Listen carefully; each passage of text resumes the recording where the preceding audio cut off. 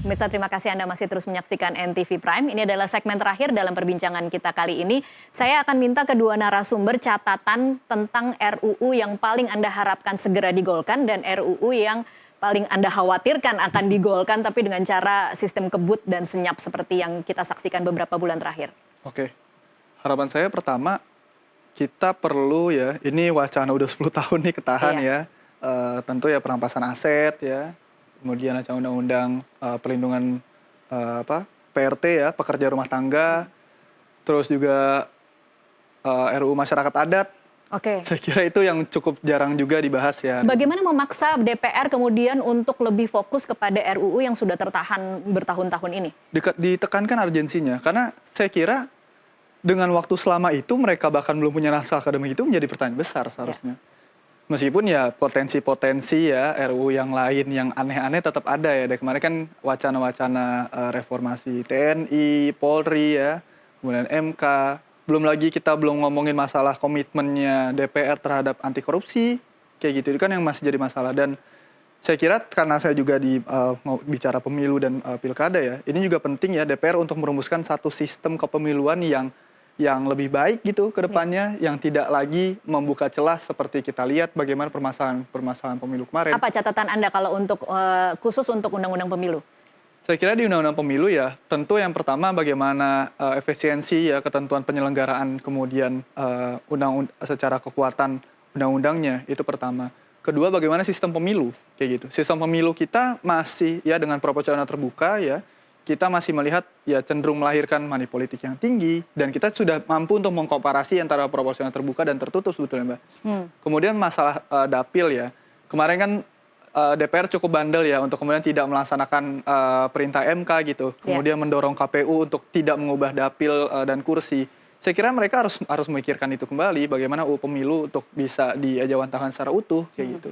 Jadi beberapa catatan ini kami kira penting ya, termasuk bagaimana mengatur dana-dana kampanye, termasuk bagaimana aturan masalah bansos misalkan, itu kan juga jadi salah satu problem yang ya jangan sampai terulang lagi lah di episode pemilu selanjutnya. Oke, bisakah kita berharap bahwa komposisi parpol yang ada di parlemen hari ini di era pemerintahan Prabowo Gibran akan mampu menyelesaikan undang-undang yang jadi catatan panjang itu? Kalau misalkan sebagai warga negara yang baik, saya harus percaya ya, saya harus punya optimisme ya. Tapi memang sebagai warga negara yang baik juga, saya kira perlu kritis ya untuk kemudian kita bersama segenap masyarakat sipil penting kemudian untuk terus mengawasi, itu pertama. Kemudian mendesak. Seringkali kan kita mendesaknya ataupun turun ketika sudah ada gitu. Iya.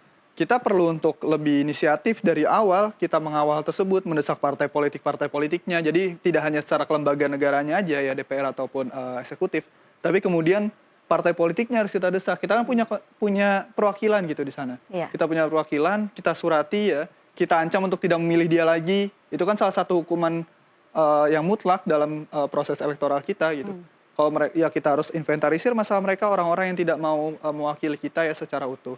Sekaligus ya kita juga perlu mendorong, ini salah satu catatan yang tadi mungkin cukup lupa Mbak, bagaimana reformasi partai politik, pendemokrasian partai politik ya menuju good party governance, partai politik yang transparan, partai politik yang punya integritas, partai politik yang mampu menjangkau lebih jauh konstituennya. Oke. Saya kira itu beberapa hal yang penting, selain daripada kita juga perlu memperkuat konsolidasi demokrasi secara utuh. Benar sekali. Oke, saya akan coba menyapa Bang Jerry, masih bersama kami? Halo Bang Jerry. Ya.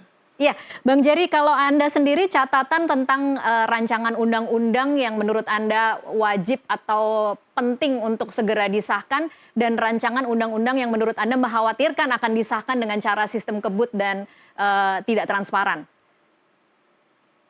Iya, ini memang akan sangat tergantung dari karakter pemerintahan Prabowo ya. Kan dia mau minta apa ke DPR kalau koalisinya gemuk di sana.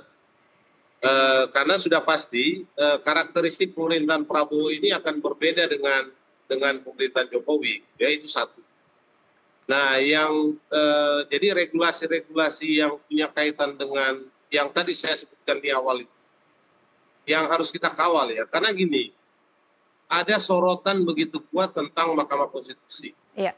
Jadi itu bisa jadi agenda DPR juga untuk mengubah undang-undang tentang MK, ya. Jadi ya meskipun nanti MK bisa uji lagi ya, tapi itu harus menjadi sesuatu yang mendapat perhatian publik ya.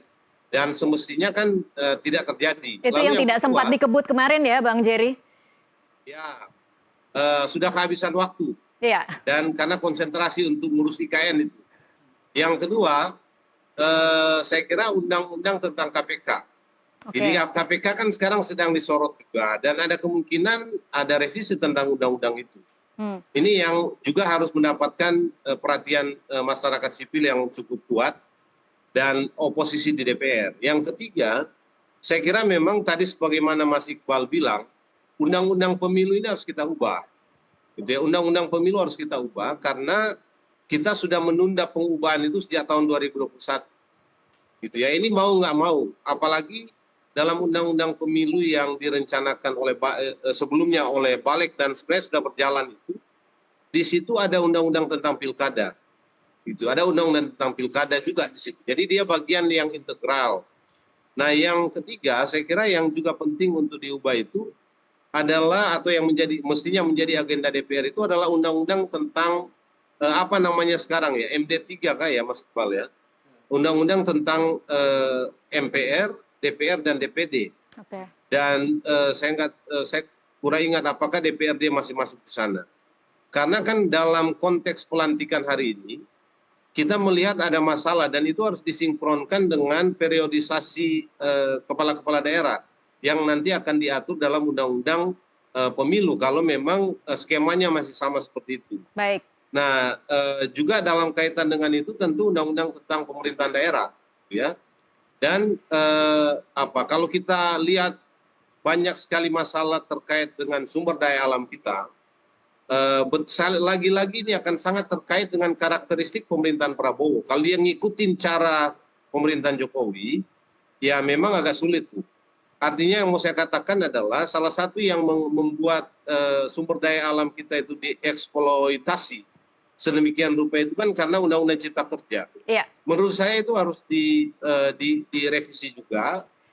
Dan itu punya kaitan dengan spirit otonomi daerah kita. Baik. Yang sebetulnya dengan Undang-Undang Cipta Kerja, otonomi daerah itu tidak berlangsung lagi. Iya. Gitu ya, karena salah satu yang diotonomikan itu adalah pengelolaan sumber daya alam di daerah. Baik. Karena di sana hajat hidup daerah sebetulnya ada. Jadi menurut saya secara sepintas ya, regulasi-regulasi seperti itu yang akan menjadi agenda dan mestinya harus kita kawal ya. Karena kalau koalisinya kuat, ada kolaborasi yang baik dengan DPR dan pemerintah, gitu ya.